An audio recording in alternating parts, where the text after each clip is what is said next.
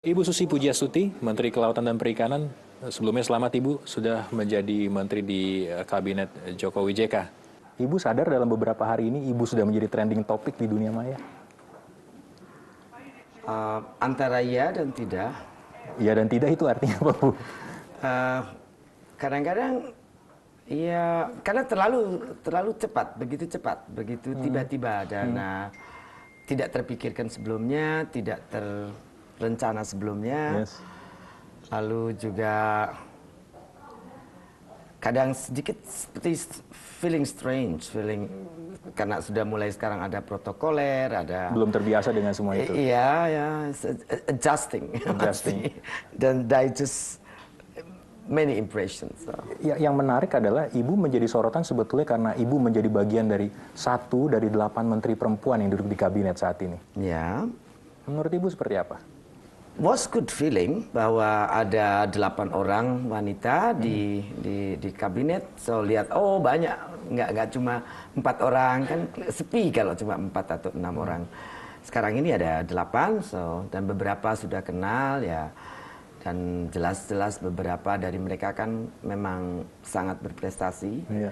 Saya agak penasaran Bu, ketika 8 menteri perempuan berada dalam kabinet. Saya pribadi mulai membayangkan, kira-kira perempuan berprestasi di tingkat level menteri, apa sih yang jadi pembicaraan Bu? Ibu artinya sudah beberapa hari berinteraksi dengan mereka, dengan kolega-kolega Ibu di kabinet.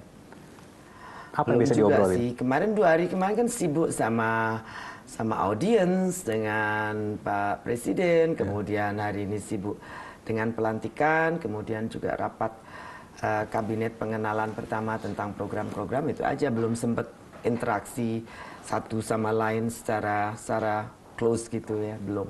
Jadi belum ketemu kira-kira siapa bakalan klik sama Ibu selama 5 tahun ke depan? Saya pikir mereka orang-orang yang cukup kuat. Biasanya kalau person kuat, sama-sama kuat biasanya easy untuk klik, easy to be gimana ya, untuk chemistry-nya sangat mudah terjalin kalau sama-sama juga punya kemampuan dan kapasitas yang tentu kadang-kadang saya menyadari dalam hal ini pendidikan saya jauh berbeda dengan mereka.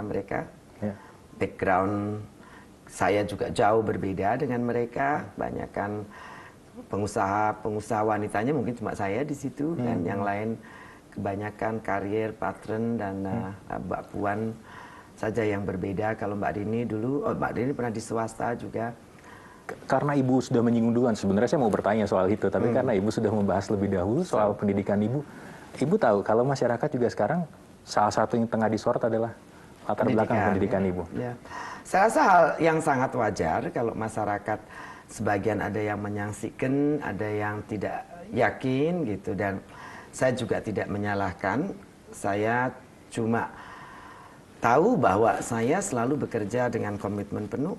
Selama ini saya lakukan sudah proven. Saya rasa apa yang saya lakukan di Susi Air dan membuat produk seafood dari pulau terpencil get out to market to the world itu dalam waktu 1 hari saja. Dan itu juga yang menjadi alasan Pak Presiden memilih Anda akhirnya duduk di kabinet?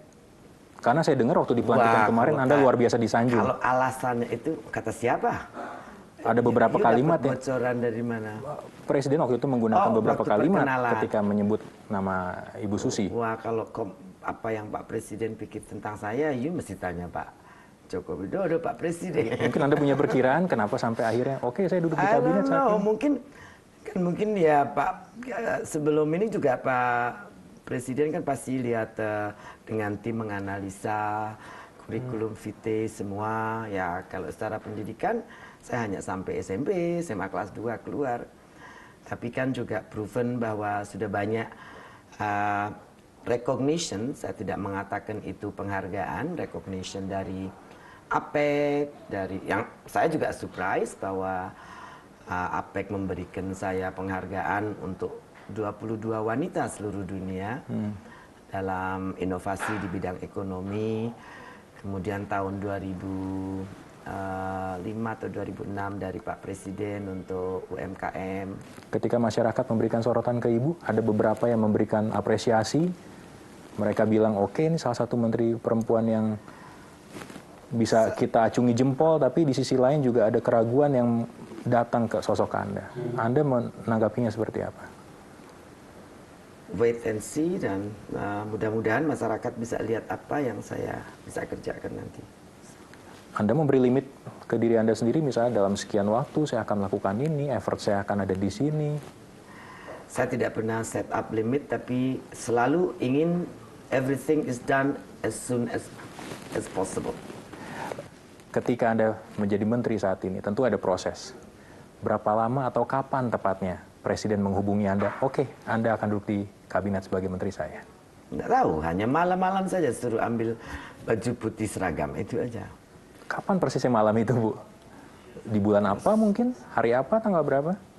Sabtu malam Minggu, dan Minggu kita pagi ke istana. Oke.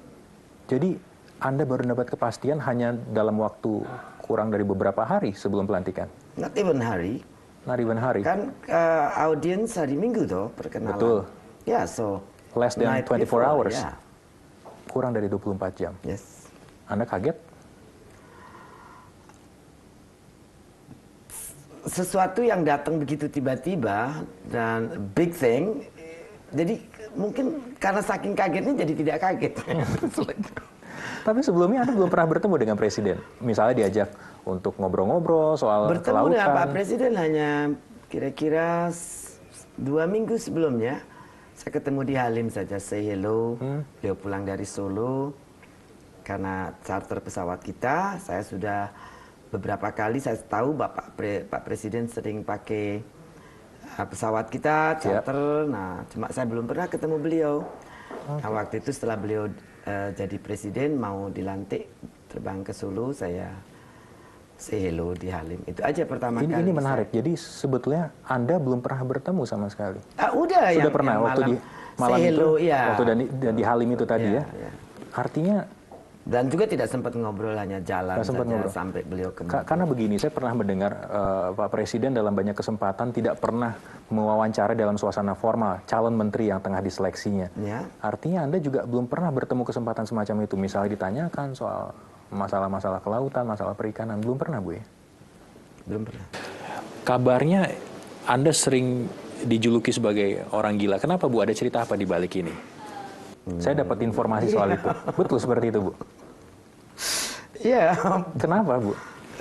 Tidak tahu, mungkin karena saya selalu ambil jalan yang cepat, yang pintas, dan make the things happen. Kadang-kadang di negeri ini kan harus sedikit berani. Orang anggap itu nekat, dan saya tidak takut untuk teriak kemana saja. Jadi kalau sudah jengkel, sudah apa, karena kerjaan mesti dan saya biasa ya teriak kemana-mana. Nah, mungkin itu yang mereka anggap orang gila. Sama seperti bawa pesawat ke Aceh pada saat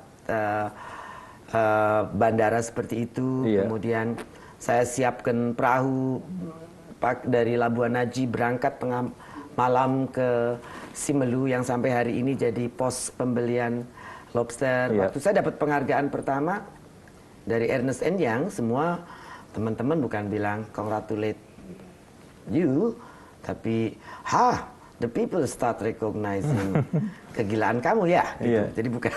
Ini isyarat, Bu. Isyarat kalau nanti dalam pekerjaan Ibu sebagai menteri, Ibu akan bertindak tegas, tidak ragu membuat gebrakan-gebrakan untuk membuat perbaikan. Kalau untuk sesuatu yang baik, kenapa mesti ragu? Saya pikir ya harus. So. Dalam ketika Ibu menjalani semua kehidupan Ibu sampai akhirnya berada di titik ini, kapan menurut Ibu ada titik balik sampai akhirnya Ibu berubah menjadi sosok yang bisa kita katakan sukses? Sukses is relative. I don't know, kalau orang pikir atau saya tidak pernah merasa bahwa saya sukses. Yang saya lakukan adalah try to do my best, dan saya satisfied. Saya senang melakukannya, dan saya dapat juga respon yang baik dari sekeliling yang memang terinfluence atau mendapatkan benefit dari yang saya kerjakan. Smile di wajah orang-orang yang berinteraksi dengan apa yang saya lakukan, itu it's a plus point untuk saya. Presiden menyebut Anda sebagai salah satu menteri yang mungkin nanti bisa membawa perubahan bagi bangsa kita. Hopefully. Saya rasa yang saya lihat adalah saya senang membuat sesuatu itu,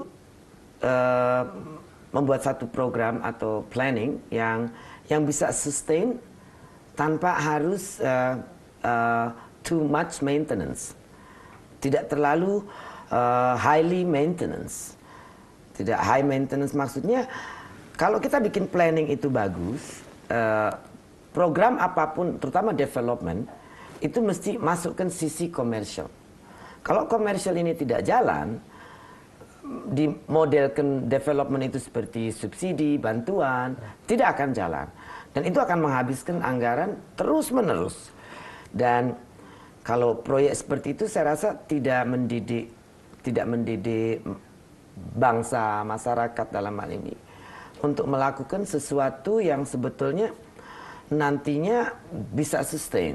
Karena kalau uang terus-menerus keluar subsidi kan pasti habis. Yeah.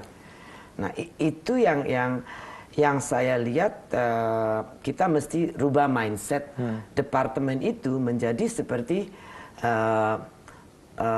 yes, tidak harus pure business entity, tapi regulator yang mengerti bahwa we have to regulate bidang perikanan ini, bidang kelautan ini yang bisa menghidupkan atau men-trigger bisnis bergerak di bidang kelautan dan perikanan, sehingga karena saking bagusnya it's very commercial, then it will be sustained. Okay. Itu planning saya ke depan. Terima kasih Ibu Susi Pujiastuti, Menteri Kelautan dan Perikanan sudah bergabung bersama Kompas TV. Selamat bertugas Ibu.